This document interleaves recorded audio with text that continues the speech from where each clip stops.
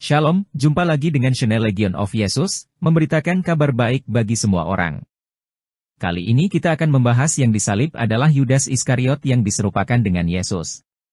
Sebelum membahas hal ini buat Anda yang baru menemukan channel ini silahkan subscribe karena subscribe itu gratis. Yudas Iskariot adalah, menurut 4 Injil kanonik dalam agama Kristen, seorang murid dan salah satu dari 12 Rasul Yesus Kristus yang asli. Yudas mengkhianati Yesus di hadapan Sanhedrin di Taman Getsemani dengan mencium pipinya dan memanggilnya dengan sebutan, Tuan, untuk mengungkapkan identitasnya dalam kegelapan kepada orang banyak yang datang untuk menangkapnya.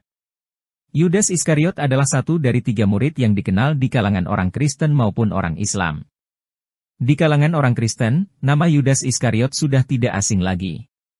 Dia dianggap sebagai pengkhianat karena telah menyerahkan Yesus Kristus kepada imam-imam kepala dengan harga 30 keping perak, Matius 26 ayat 14-15. Matius 27 ayat 5 mencatat bahwa Yudas melemparkan uang perak yang diterimanya ke dalam bait suci, lalu pergi bunuh diri dengan cara gantung diri, dan kemudian oleh imam-imam uang tersebut dibelikan sebidang tanah, yang disebut tanah tukang periuk, sebagai tempat pekuburan orang asing.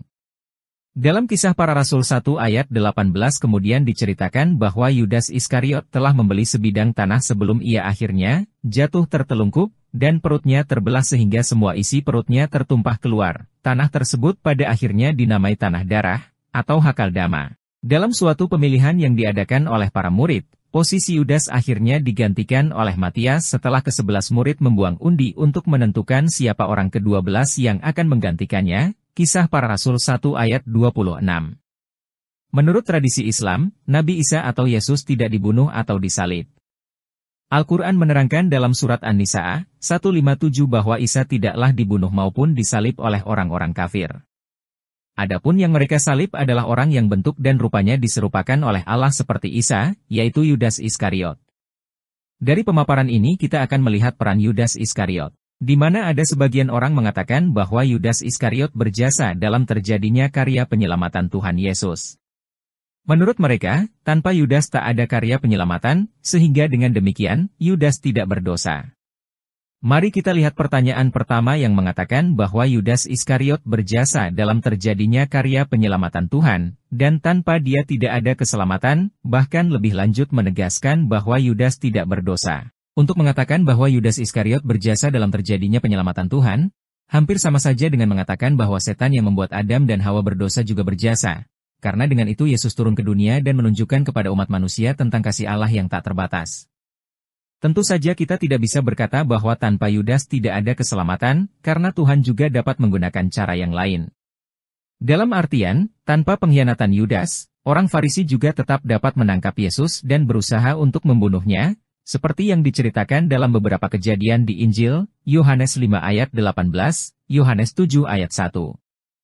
Mungkin pernyataan yang lebih baik adalah, Tuhan dapat mendatangkan sesuatu yang baik dari sesuatu yang buruk untuk menyatakan kemuliaannya. Keburukan dosa yang terekspresi lewat setan yang menggoda Adam dan Hawa, mendatangkan rencana Tuhan yang paling indah, yaitu misteri inkarnasi. Keburukan dosa Petrus yang menyangkal Yesus 3 kali, Matius 26 ayat 69-75, mendatangkan kekuatan bagi Petrus untuk mengemban amanat yang diberikan oleh Yesus untuk menggembalakan domba-dombanya. Yohanes 21 ayat 15-17. Dan keburukan dosa yang dilakukan oleh Yudas membuka mata hati manusia akan suatu bahaya dosa keputusasaan, yang adalah dosa yang tidak terampuni, karena yang bersangkutan menolak kemungkinan untuk diampuni. Dosa keputusasaan, despair, adalah salah satu dosa yang melawan Roh Kudus, yang tidak dapat diampuni di kehidupan ini dan kehidupan mendatang. Lukas 12 ayat 10.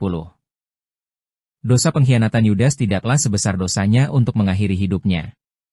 Andai kata Yudas bertobat dan kembali kepada Yesus, mungkin dia akan menjadi seorang rasul yang luar biasa, seperti Rasul Petrus yang bertobat dan menjadi paus yang pertama. Jadi apakah Yudas berdosa? Ya, terutama karena dia mengakhiri hidupnya, dikarenakan keputusasaan. Dosa ini adalah dosa melawan 2 theological virtue atau kebajikan ilahi, pengharapan dan iman. Pengharapan dihilangkan oleh keputusasaan, dengan cara melihat bahwa tidak ada harapan lagi untuk memperoleh surga. Iman dihilangkan oleh keputusasaan karena melihat dosanya lebih besar dari kasih dan belas kasih Tuhan. Dan Yesus secara jelas mengatakan, Dia yang bersama-sama dengan aku mencelupkan tangannya ke dalam pinggan ini, Dialah yang akan menyerahkan aku. Anak manusia memang akan pergi sesuai dengan yang ada tertulis tentang dia, akan tetapi celakalah orang yang olehnya anak manusia itu diserahkan. Adalah lebih baik bagi orang itu sekiranya ia tidak dilahirkan. Matius 26 ayat 23-24. Dari pernyataan Yesus ini, kita dapat menyimpulkan bahwa Yudas mengalami penderitaan di neraka, kecuali jika pada saat-saat akhir sebelum kematiannya, dia benar-benar bertobat dan menyesali semua dosanya. Namun kitab suci tidak menceritakan hal ini. Bagaimana dengan peristiwa penyaliban? Apakah Tuhan pro dengan kekerasan? Sesungguhnya ini adalah suatu pernyataan yang tidak dapat dipertanggungjawabkan. Pernyataan ini akan benar, kalau seandainya manusia dilahirkan sebagai robot, sehingga semuanya diatur oleh Tuhan tanpa ada kerjasama dari manusia. Namun manusia mempunyai keinginan bebas sehingga manusia dapat memilih untuk mengikuti Yesus dengan ajaran kasih-Nya, atau melawan Yesus dengan perbuatan dosa. Memang Tuhan mengizinkan hal ini terjadi, karena Tuhan dapat membawa kebaikan yang lebih besar. Dalam hal ini penderitaan dan kematian Yesus menjadi sumber keselamatan umat manusia. Dalam peristiwa penyaliban kita melihat dua hal yang bertolak belakang. Pertama, kekejaman dan keburukan dosa dan kedua, keindahan dan kedalaman kasih Allah.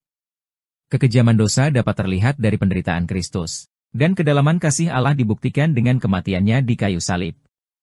Kristus dapat saja menyelamatkan dunia dengan setetes darahnya, namun dia memilih untuk minum dari piala yang diberikan oleh Bapa, dengan mencurahkan darahnya di kayu salib.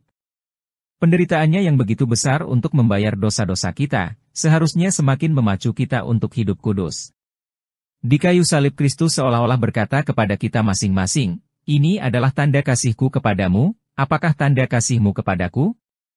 Kalau Tuhan pro dengan kekerasan, Yesus tidak akan mengajarkan ajaran cinta kasih. Tentu saja ini tidak benar, sebab dari pengajaran Yesus di khotbah di bukit, Matius 5 ayat 1-12, kita melihat ajaran cinta kasih yang begitu sempurna. Mari kita bersama-sama belajar dari kisah Yudas. Kasih dan belas kasihan Allah selalu lebih besar dari dosa kita, asalkan kita mau bertobat dan kembali kepadanya.